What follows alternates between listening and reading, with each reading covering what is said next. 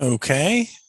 We're not actually going to get started with the meeting until 3:30. I think people will begin to start joining us. I see people in the waiting room now, but I don't know if it makes a difference in terms of the live streaming to or the recording if you want to wait. Okay, we can pause both of them.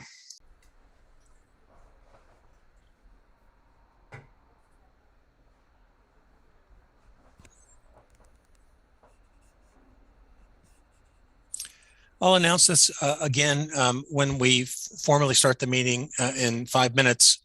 But you can see that we are recording and now we're streaming live as well. So I just want to make sure everyone is aware of that. I'll open up the attendance poll in another couple minutes.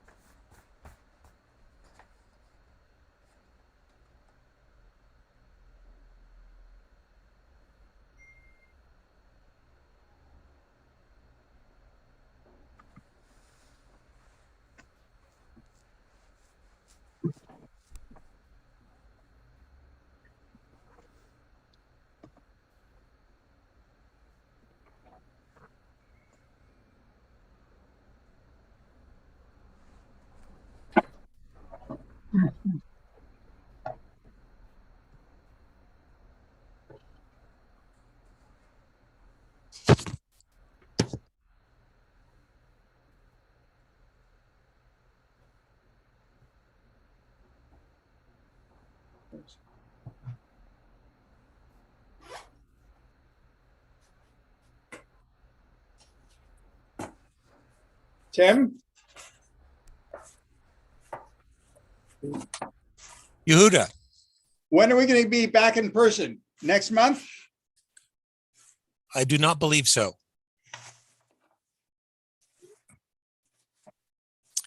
As you may know, the university shared guidance, which was that we have the ability to continue to conduct faculty council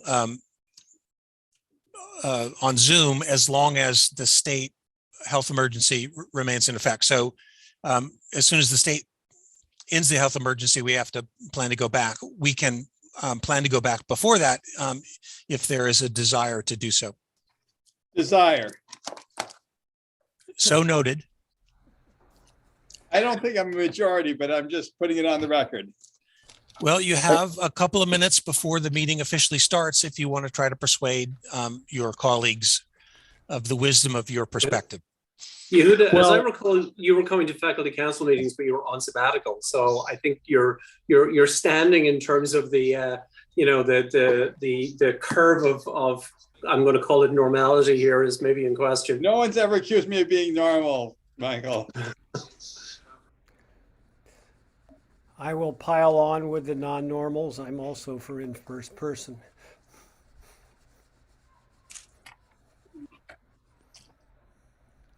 I happen to be the only chair in the Koppelman School of Business that held the meeting in person today. This would be a good point, again, to remind us that we are recording the meeting and live streaming on YouTube. So do decide whether or not you wish to share this information with everybody in the world. It looks like we're just about ready to start. So I'm going to go ahead and open the attendance poll.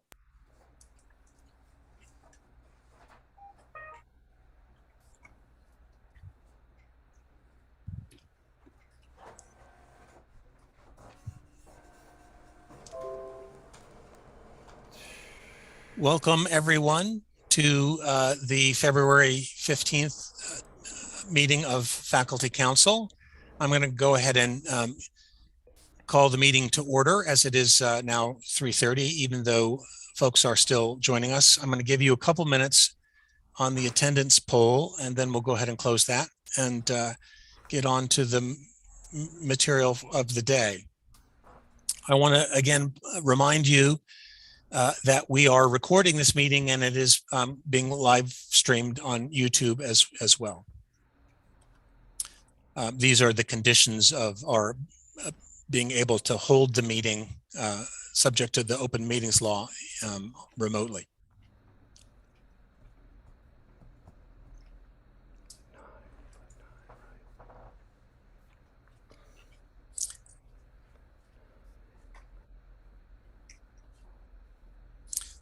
And as we get underway, if I could ask my co-host to keep an eye on the waiting room and continue to admit people as we go. I want to remind you as well that the chat function in this meeting is not a part of the official record of the meeting. And as we get underway, I'm not going to be able to keep an eye on the chat as well as the meeting. So it won't be a way to get my attention, but others may be monitoring the chat as we go. Okay. I'm waiting for a peek on attendance before I close the poll there. Let me give it another minute.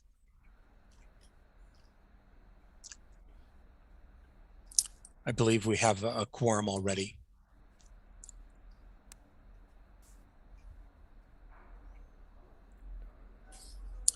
Okay, that looks good.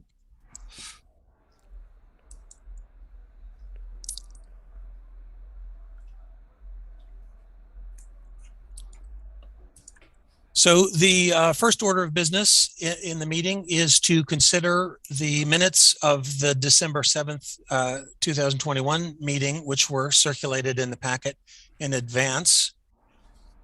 Are there any questions or comments? Jillian?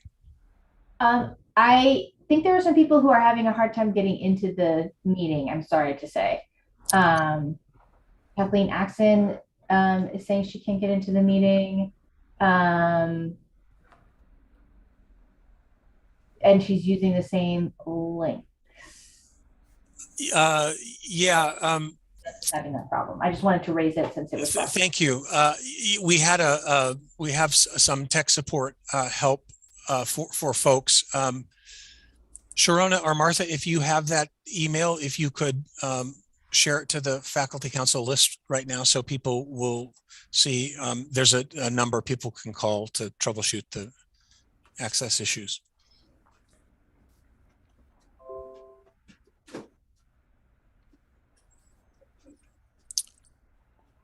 Returning to the minutes of December 7th, any questions or comments? Please use the hand raise function so that I can see you, since you're not all on one page for me.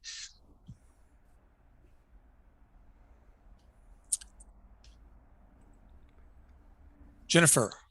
Yeah, I'm sorry to say I was trying to download the packet and see the agenda, but I've searched under faculty council, I've searched under Kathy, and I'm not able to find it. If somebody could just forward it to me, I'd appreciate it. Thank you.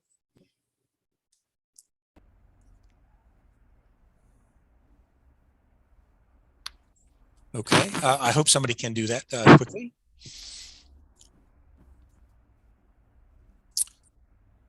Okay, hearing no questions or comments on the minutes, is there a motion to approve the minutes? So moved. Excellent. Second? Second. Seconded. Super. I'm going to launch the poll for approval of the minutes.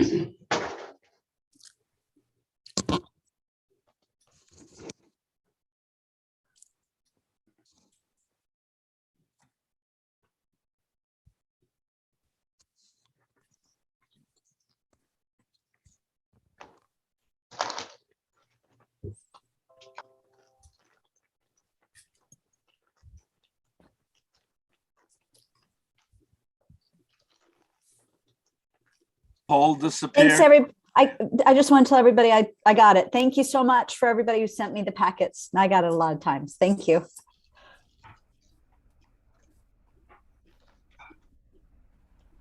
Tim, can you resubmit the poll? It didn't last. It disappeared. Yeah, it's still showing open for me, but let me see if there's a way to do that. There we are. Sorry about that.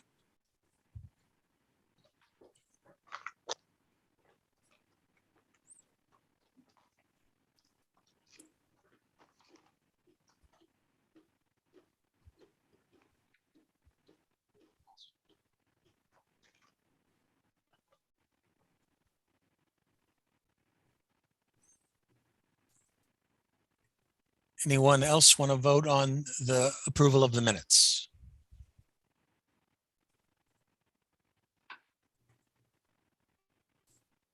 Okay, I'm going to go ahead and close that. Thank you. And you can see the minutes were approved. Let me make a few announcements before we get into the business of the meeting. First of all, I want to remind everybody of the stated meeting scheduled for March 8th at 12:30. So please make a note of that. I also wanted to call your attention to the looming deadline for nominations for the faculty awards. The deadline is February 28th. And it's, the awards are really great aspect of our shared lives. So please do take a look at that and nominate folks.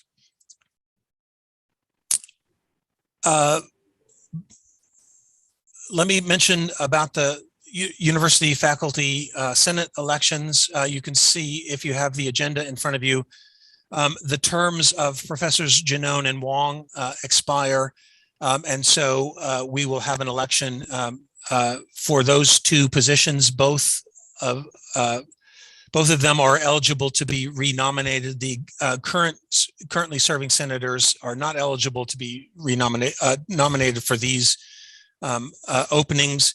We'll have the election in two parts, as we traditionally do. There'll be a nomination period, and then there'll be an election. We'll do that through BC Web Central. I apologize that we don't have the current dates to share for you. I'm waiting to hear back from Matthew Cotter at UFS about the timeline. So we will share the information about the timeline for the elections on the university, on the faculty council list. And please do share that with the members of your department. When we get into the discussion for the meeting today, because the last couple of meetings we've run a little bit long, steering decided we would reinstitute the 2-minute limit on questions and comments. So please take that into account. Martha will be timing, and will send you a gentle message when your 2 minutes are up. And if that doesn't work, I will be somewhat less gentle in reminding you to wrap up. So thank you. And now we are ready for communications from the administration. President Anderson. Great. Thank you so much, Tim. I want to welcome everyone back. It is thrilling to see students and faculty on the quad again in person. Remember that staff are also coming back 70% in person and 30% online starting on February 28th, just around the corner. We have some information about a vaccine mandate for faculty and many members of the staff. All faculty and non-teaching instructional staff, we understand, which includes NTAs, CLTs, and those in the HEO series, as well as senior administrators, are all required to upload proof of vaccination no later than April 1st. This is something that we've talked about for a long time, and it has now come to pass, so please take a note of it. Wanted to mention that spring enrollment is down 12% in headcount compared to spring 2021. Again, we have strategic enrollment management teams. We've got 7 of them that are working very hard throughout the next 2 months to develop a strategic enrollment plan. And we look forward to continuing to communicate that with you as it comes together. This year's budget. So Alan is not with us here today. He has been appointed to CUNY's Committee on Reimagining Strategic Finance and University Infrastructure. I believe that he is the only non-president on this team who has been invited on this team. So this just goes to show you the confidence that Central has in his work. He wanted me to report to you that we're doing pretty well this year in terms of our budget, despite the enrollment loss, because the stimulus funds are covering our substantial revenue losses. We must enhance enrollment in the coming year, however. He also wanted me to let you know that his team is going to offer a town hall at the end of February or the beginning of March to report out more about how we have spent the stimulus funds so far. And so be on the lookout for that notice. Next year's budget, we're in the middle of the budgeting and lobbying cycle. Wanted to report on next year's budget. The New York State governor issued her executive budget, her proposal in January. It's better than what we have seen in a long while for CUNY and for Brooklyn College. I want to give you a few highlights. There's almost $60 million to close the TAP gap. The prior plan was to close the TAP gap over 4 years. She is proposing, nope, let's close it in 1 year, which is terrific for us.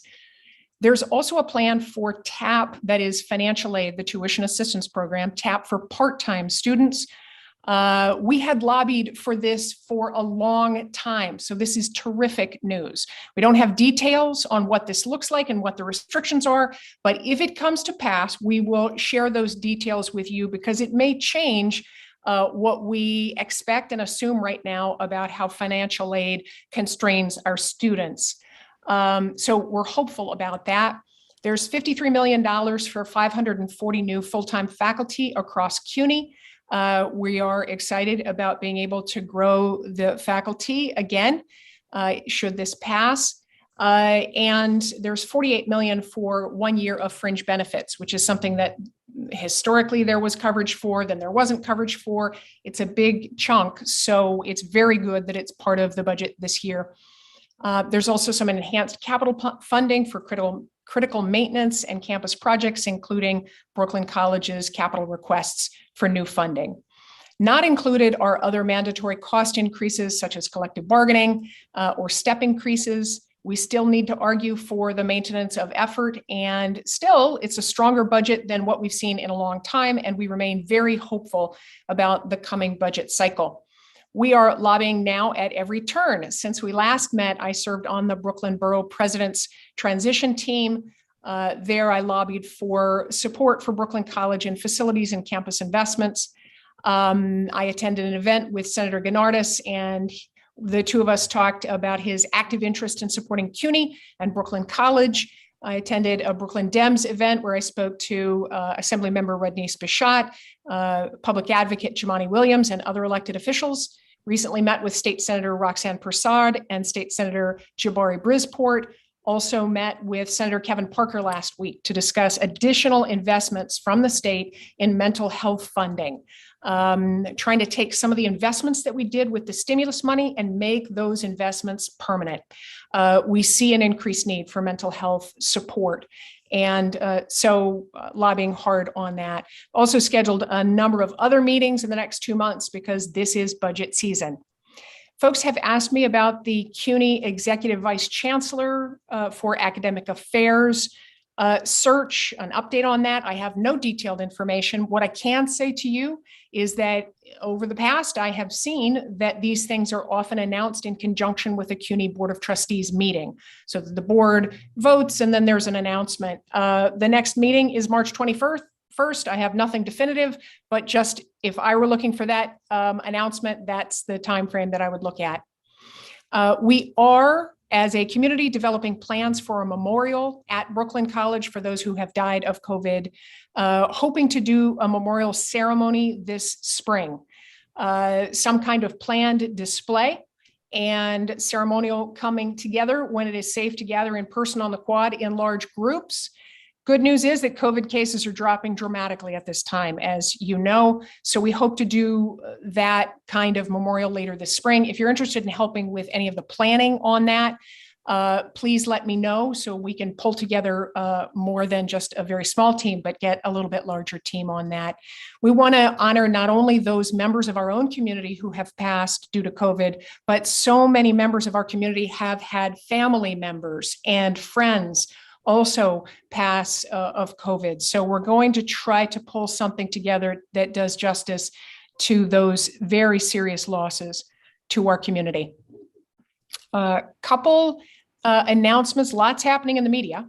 You may have heard that the Office of Civil Rights at the Department of Education is investigating Brooklyn College on allegations of anti-Semitism. I want to state that unequivocally, we denounce anti-Semitism in any form, and we do not tolerate it on our campus. Any allegation of anti-Semitism is investigated thoroughly and promptly by our Office of Diversity and Equity. While we cannot comment on ongoing investigations, we're working fully and cooperatively with the U.S. Department of Education in its review. This investigation has engendered some concern, as you might expect. And I'm working to try to assuage that concern as we allow the Office of Civil Rights to do its work. I'm hosting, for instance, Council Member Eric Dinowitz at the college soon. He is chair of the Higher Education Committee on the City Council. He's also chair of the Jewish Caucus. Chief Diversity Officer Anthony Brown and I met with the director of the Hillel, Nadia Drucker, and it was a very productive meeting, as our meetings with her always are, and also offered to meet with her board. I know that there is concern there. Also, I understand that Vice President Ron Jackson and Director Brown are meeting with student leaders as well as Jewish students, particularly to talk about the climate for Jewish students on campus. And then finally, we're working with Judaic Studies on an event about anti-Semitism itself. What is it? How do we define it? What does it mean? It's going to be one of the programs under We Stand Against Hate, probably in March or April. Looking forward to that. A couple more quick notes. You may have seen a Daily Mail story about an unfounded threat at the college last week. The story contains a number of inaccuracies and misleading statements, including a reference to a campus shooting. I want to state clearly that there was no shooting and no shooter on our campus. The story asserts that I disarmed our public safety officers and that we were left unguarded when we experienced a threat. In fact, I have not disarmed our public safety team nor banned those few public safety officers who are trained in firearms from carrying them when it is needed. Despite the story's inaccuracies, it is unfortunately being reposted by media outlets, and you may come across it. The college posted a statement on the public safety portion of the college website about this unfounded threat and circulated a link to the community Monday morning via the BC Brief, which goes out on Monday mornings. I want to read you the statement now. Quote, on the morning of February 2nd, 2022, Brooklyn College Public Safety was notified that a professor had received a poorly written email in which someone threatened to bring a gun to campus for a shooting the following day. Public Safety immediately contacted the NYPD and coordinated with them. By afternoon, the NYPD had investigated the matter, traced the email to a hacker overseas, and determined that it was a hoax. The NYPD concluded that the email posed no credible threat and closed the case on the same day. Out of an abundance of caution, Brooklyn College increased the number of its public safety officers on the campus gates, at the campus gates on February 3rd, and public safety officers from other CUNY campuses were also assigned to the college, consistent with standard CUNY protocol. At no point did the email pose a credible threat to Brooklyn College, and no other threats were identified. The safety of the college community is our number one priority. So I should end by noting that if anyone is contacted by the media on this or any other matter, they can forward those requests to Richard Piatris, who's in our communications department, so that he can loop in the appropriate people and we can handle these matters. Last, actually second to last, is there was a request for updates on the college's anti-racist agenda, and I've got two quick updates. First, I want to let you know about really innovative diversity training that is happening. Innovative. Through the Office of Diversity and Equity, they are offering the semester for the reentry to campus. We're doing a little different kind of diversity training.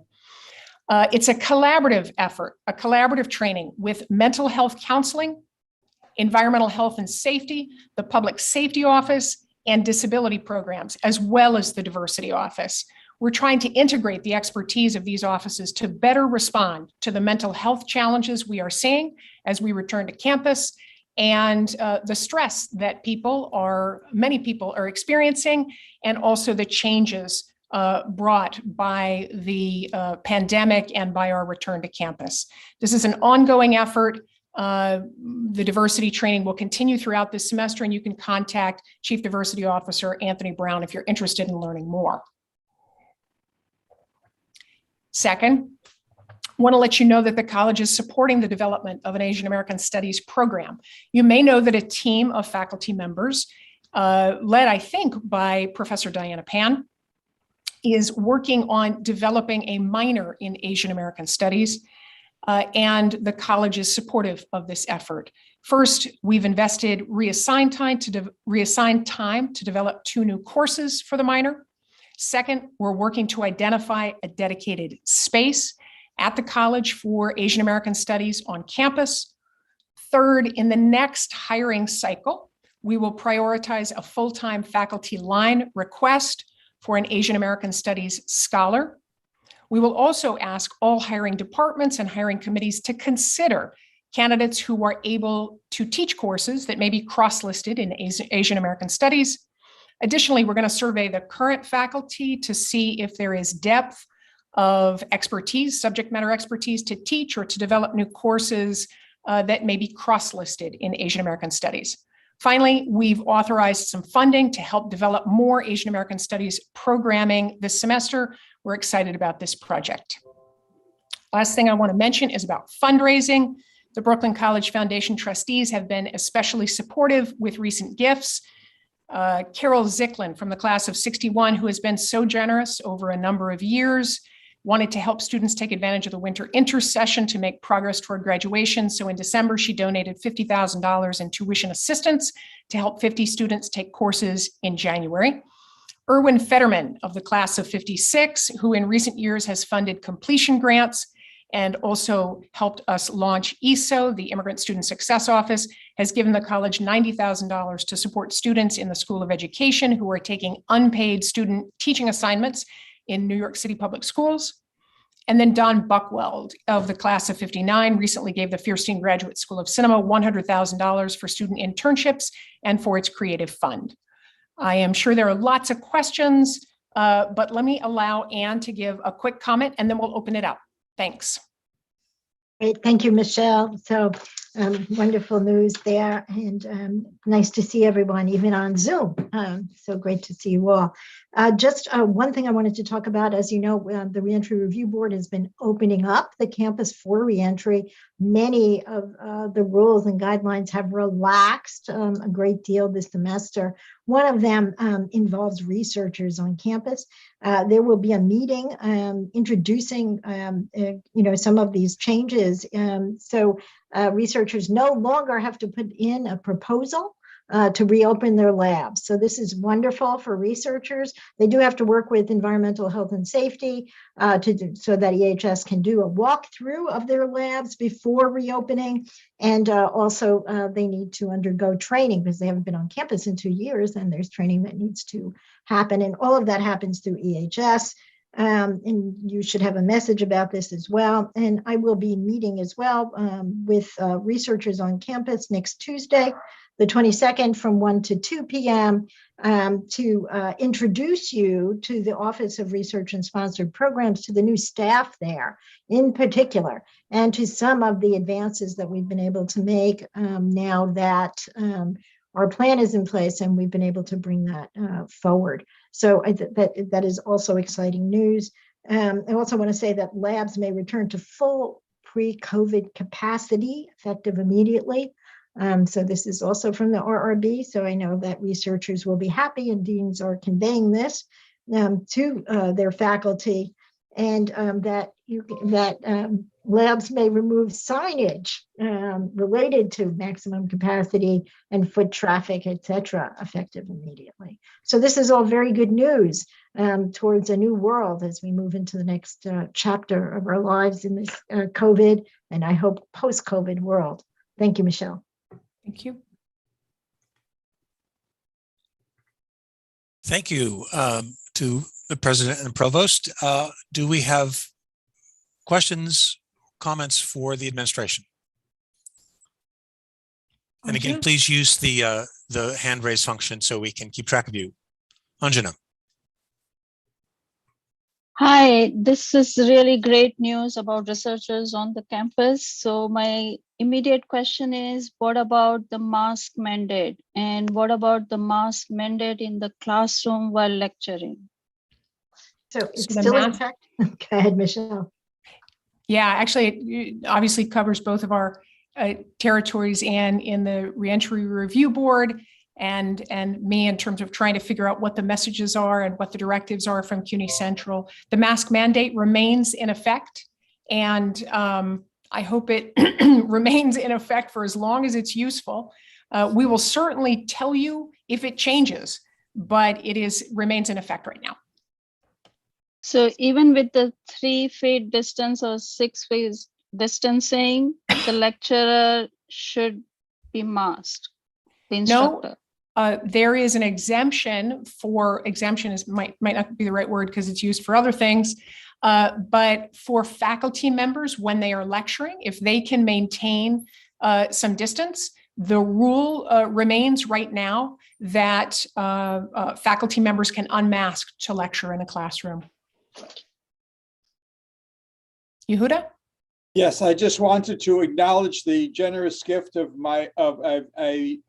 Barry Chiswick, class of '64, who gave $100,000 to endow a scholarship for a student in economics. It's fantastic, Yehuda. Thank you. I think I mentioned it in December, but maybe I didn't. I'll look it up, and we'll. I want to put another plug for Barry, who has been a strong. This is the second fellowship he's given. He's already given one to mathematics. Terrific. Carolina? Hi, I just wanted to follow up with you about the vaccine mandate. So we, I think, have a good understanding that everybody who is covered by the Professional Staff Congress is now mandated to be vaccinated, which we're very happy about. What about the other titles on campus? And what other titles are they? And why are they not mandated in a university? And is CUNY pushing the governor to mandate vaccination for entire universities? Because it's very strange to be working in a place where some people are not mandated and other people are, and it's by union and title, and it's very confusing. So I agree. It is confusing and disparate along different titles. But I think you're right. My understanding is the same as yours. Faculty and staff who are covered by the PSC are now required to be vaccinated. The final date for that is April 1st. There are a number of other titles across the campus, and I believe some folks in facilities and some folks in public safety. There are a number of just different unions, and I'm not going to try to purport that I can recite them all. Perhaps Renita is here. Maybe we should turn to Renita about what they are. Maybe Renita is not here. In any case, there are a number of different unions. I can't tell you what CUNY Central is doing. What I can tell you is what I'm doing, which is to lobby everywhere I can for a coherent policy that is pro-vaccination. and that doesn't make distinctions based on title. I think that is something that may need to be worked through several unions, but I think the PSC is obviously the largest, and so we're making substantial progress toward full vaccination.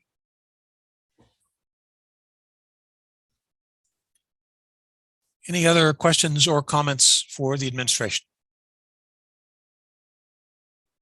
Thank you all. Thank you.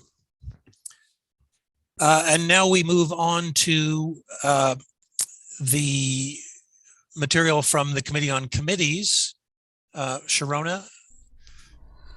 Hi, yeah. Tim, can you share I can, yes. Would you like me to share the list? Yes, please. While you're doing that, let me just make an announcement that hopefully by the end of next week, everyone should see an email from Faculty Council asking them to fill out their committee,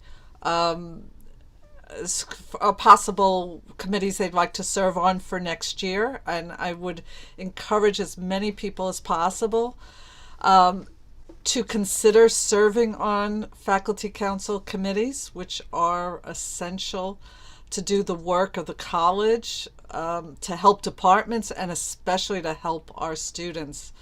And we need as many of you to do so we have the proper diversity across all kinds of vectors, departments, schools, backgrounds, levels, right? From beginning faculty to advanced, professorial, who've been here a long time. So we need your experience. So please encourage your colleagues as well. Turning to the list, could you scroll down to, there we go. There are 3 vacancies, and the committee has been able to fill 2 of them. Course and standing, Veronica Manlau was really gracious to step up on this committee. We have another vacancy, and we could take requests from the floor. We do have, the committee has said that they could really use someone from the School of Ed, given the types of petitions they're seeing and the complexity of, the wide variety of majors and programs. So it would be really great if if we could fill that with someone from the School of Ed. So I'll also just mention our third, and I guess I could come back to this and take it, which is we had an opening because of Ellie Mealy not being here this semester on master planning, and we were able to get David Bloomfield, also from School of Ed, to take that spot. So it's great. So all we are lacking, sorry, and we'll vote is if there's somebody who's could be nominated or is willing to serve on course and standing. Thank you, Sharona. Do we have any nominations from the floor?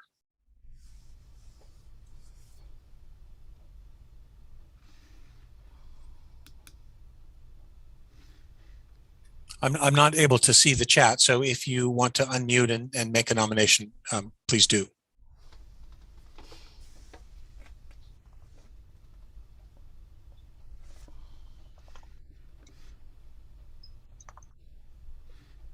Course and standing is a very, very important committee. It has a heavy workload. It's unfair to our colleagues who are serving on the committee to ask them to go for an extended period without a full complement. Let me also say that this committee, as many of you know, does really wonderful work, especially during the pandemic, with helping students to navigate the problems they've been having and working through problems with curricula, for the student. Again, it is direct work that helps the students and your colleagues. I can't talk right now. If there aren't nominated, the committee will work to fill this, but and you can let us know from behind this, email me, or any member of Committee on Committees to do this. And I really want to thank both David and Veronica for stepping up to do this at this time, to take on extra work. Yeah, here. It's you know, the committees are the vehicle through which faculty council does its work, and you know, most of us we're eager and willing to help, and we like to do some planning. So we fill out the survey, and you know, we get a committee assignment at the beginning of the year to be able to adjust your you know, workload in the middle of the year and step up like this is truly a remarkable thing. So thank you sincerely to both David and Veronica. And we're going to be pushing hard. Expect department chairs should expect to hear from Committee on Committees and from me. See if we can't get the final vacancy filled within the next week. Again, this committee has work to do every week. It's so important to student success that this committee be functioning in an efficient way. So we are going to try everything we can to get that vacancy filled as soon as possible.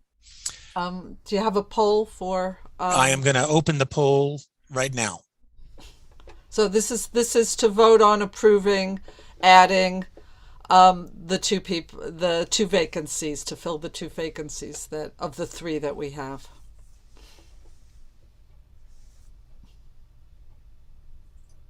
Tim, when you get a chance, could I correct the record on something? Sure, if you want to do it now, while we're waiting for the voting. Great. So lots of flurry of questions about the masking policy and whether or not lecturing in a class you can remove your mask. This was the rule before Omicron. And then with the rise of the Omicron variant, that rule changed. CUNY has not changed it back. I think Joseph Enton is right on in terms of his notes in the chat, checked with Carrie Sadovnik and ran it up the flagpole. So my apologies about misstating that. I will let you know when that changes. Thanks. Thank you. That's an important bit of information. Okay, looks like we're ready to end the poll there. So let me share with you the results. You can see that the slate was approved, and we move on in the agenda to the liaison with the University Faculty Senate. Professor Cohen, are you with us? Yes, hi. Good afternoon, everybody. This will be really short because one thing that the pandemic has done is by the time we have a UFS meeting and then come to a faculty council meeting, so much has changed that a lot of the information is no longer current.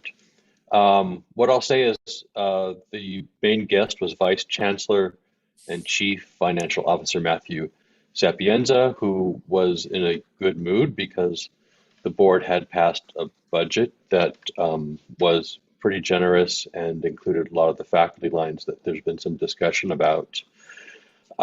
There also was a report from the SUNY Faculty Council of Community Colleges and the SUNY Faculty Senate, and a joint resolution, well, a CUNY resolution to, in cooperation with SUNY, to ask the governor for more support and sustainability and so on in this time. But I think at this point, most of that information is old and things seem actually a little bit better than they were at that time. So we'll have a meeting next week. So hopefully we'll have something a little more current for the next Faculty Senate meeting, Faculty Council meeting. We're Faculty Council, yes. All right. Thank you, Doug. Any questions for Professor Cohen?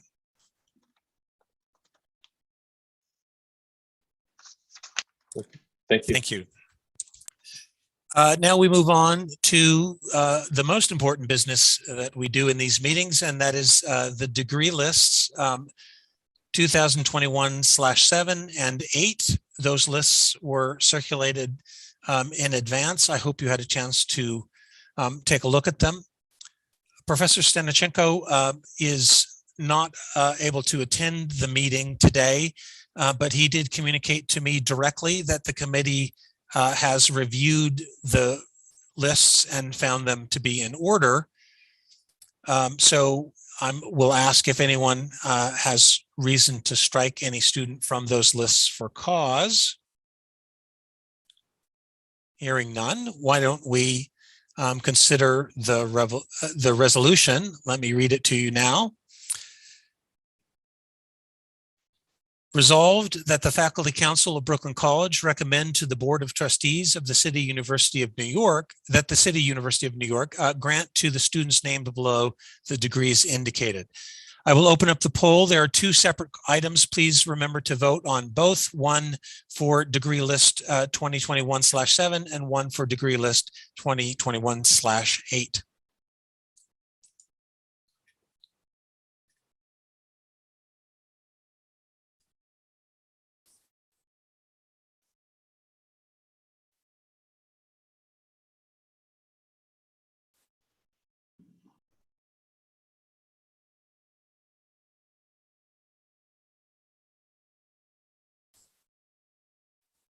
Thank you. It looks like everyone votes very, very quickly. I'll let it run for another couple of seconds.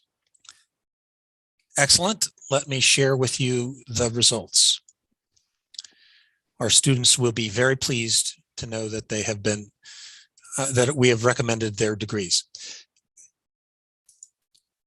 Now we move on to the second most important business of this meeting, and that is reports from standing committees. Before we get on with the particular curriculum documents, I want to just again remind everybody it's a very exciting moment that we are doing so much new program development, but it is causing some confusion. Steering discussed it at our meeting again today. We're going to try to find a way to try to make the process for new program development a little bit clearer. There are two parts to it. The faculty council part, which was covered by the revised master planning guide, which is in circulation. And then there's the academic affairs part that the provost oversees. And these are two distinct, important processes, but they're not the same. And so we want to try to find a more effective way to indicate a flow chart or a timeline or something so that it's clear how to initiate the process and when to involve the provost's office and when to involve various committees from faculty council, just to make it a little bit more efficient for us, because it's, as you all know, doing a new program development, it's a lot of work, and it can be frustrating if it feels like the institution is sort of getting in the way of that. But there are, the process is important on both ends. And so we're going, steering is going to try to develop something. I'm going to reach out to Anne to see if we can collaborate on developing an infographic that we'll post on the Faculty Council webpage that will try to give a clearer sense of the overview. Good. So now we move on to the report from the Committee on Undergraduate Curriculum and Degree Requirements, Curriculum Document 417. Professor Gonzalez, are you with us today?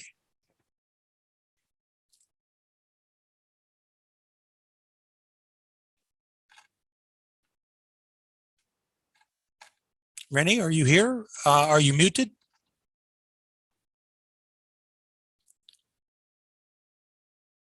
I wonder, I know some people have had access problems. Let me just.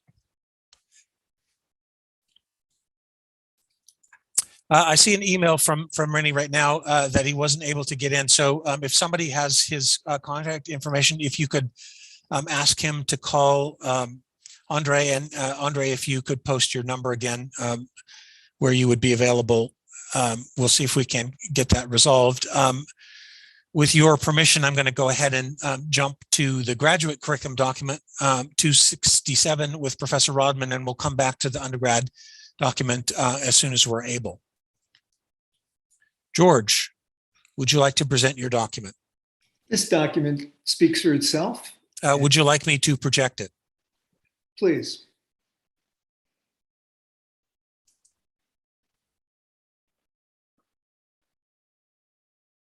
Or not.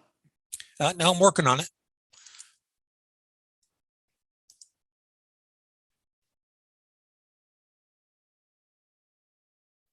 Take it away.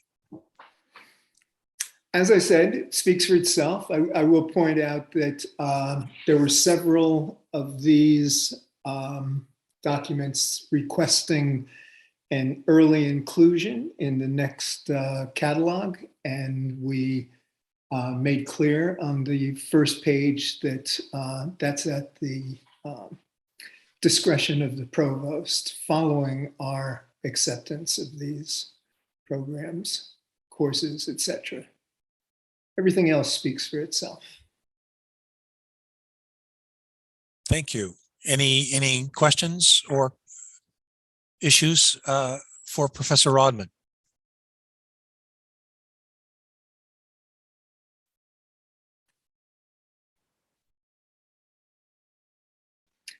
I think Anne has the question. So it's, it's not me. So, I mean, I'm one part of this, but there are many university actors involved in the approval of a program, or even being allowed to go forward in the approval of a program.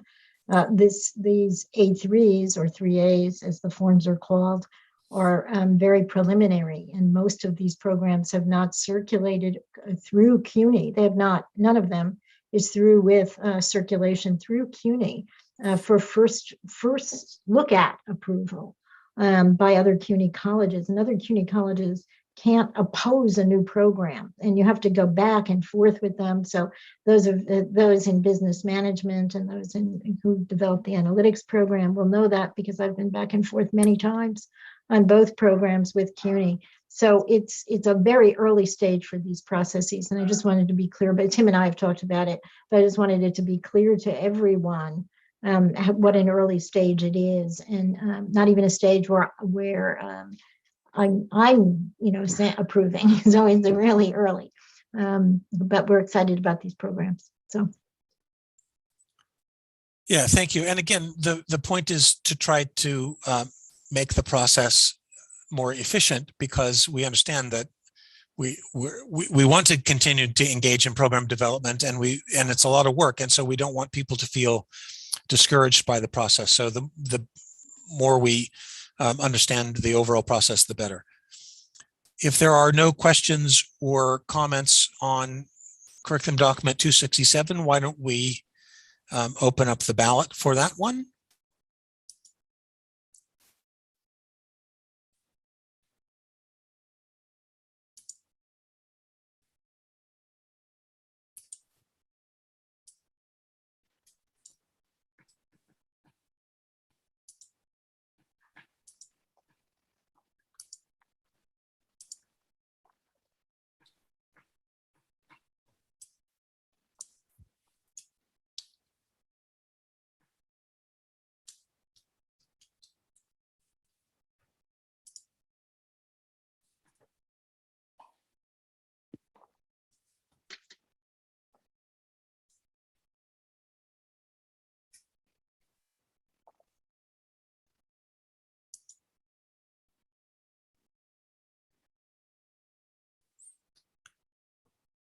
Okay, looks like our voting has ended. I'll share the results with you, and you can see the curriculum document was approved. We're still trying to troubleshoot the technical problem so that Rennie can join us.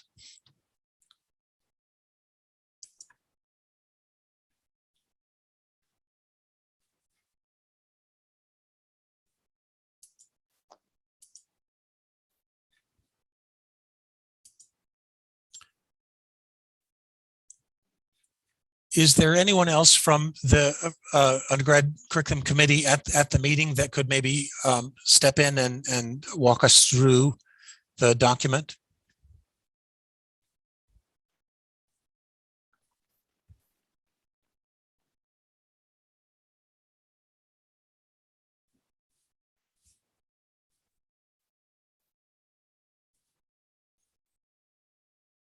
Dan. Hi, thank you. I'm on the committee. I wasn't prepared to do this, but it's a fairly short document this time. And if you put it up, I guess I can try and take questions. Thank you. I appreciate that. Yeah, obviously, if there are no questions, we can proceed as we usually would. Let me share the screen for you.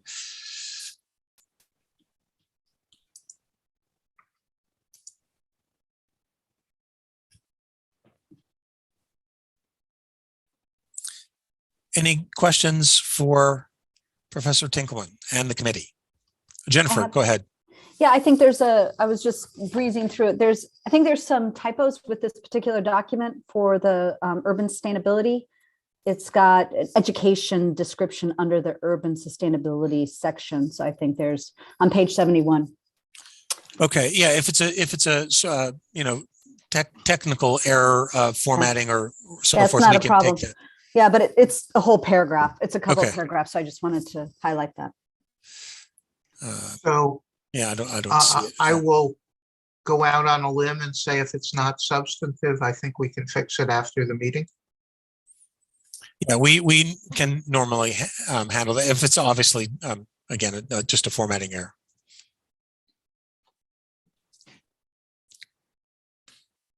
Any other questions or comments? So you guys got that particular one, so I don't have to follow up with anything. Just check out page 71. Yeah, I don't see a page 71 in this document. It looks like it only goes to 41.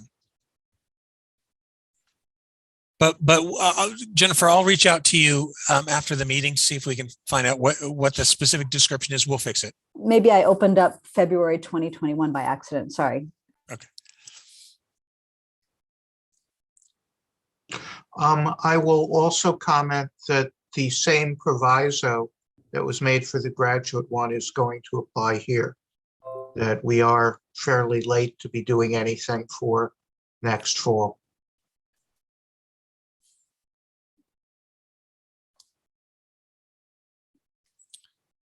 Thank you, Dan, for stepping in there. I see no further questions, so why don't we move to a vote on that.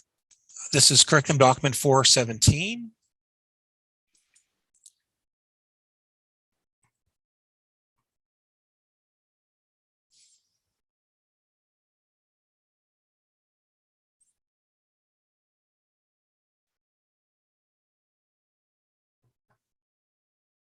Sorry, I see it's page 17, not 71. My apologies. Oh, okay.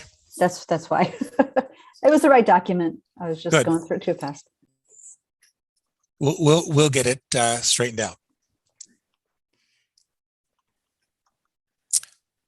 Okay, thank you, everyone. Curriculum document 417 passes. Looking at the agenda, I see that we are finished with the reports of standing committees. I'm not aware of any old business. Is there any new business?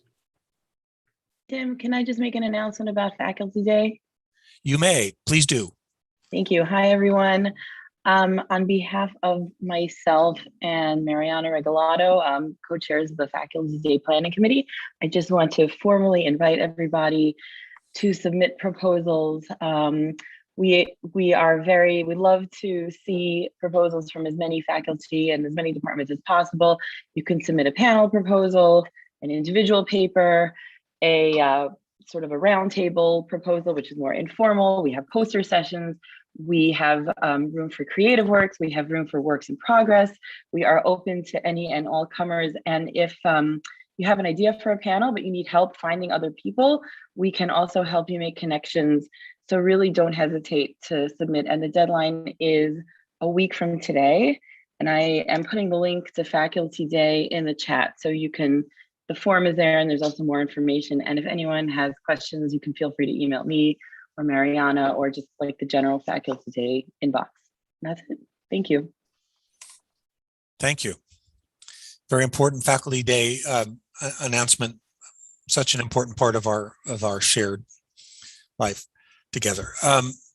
Any new business? Any other new business? Okay. Well done, colleagues. I would be willing to entertain a motion to adjourn. So moved. Excellent. Thank you. Take care, everybody. Welcome back to campus, and we'll get together again soon enough in March. Thanks. Thanks, Tim. Great job. Yep. Bye-bye. Take care. Everyone.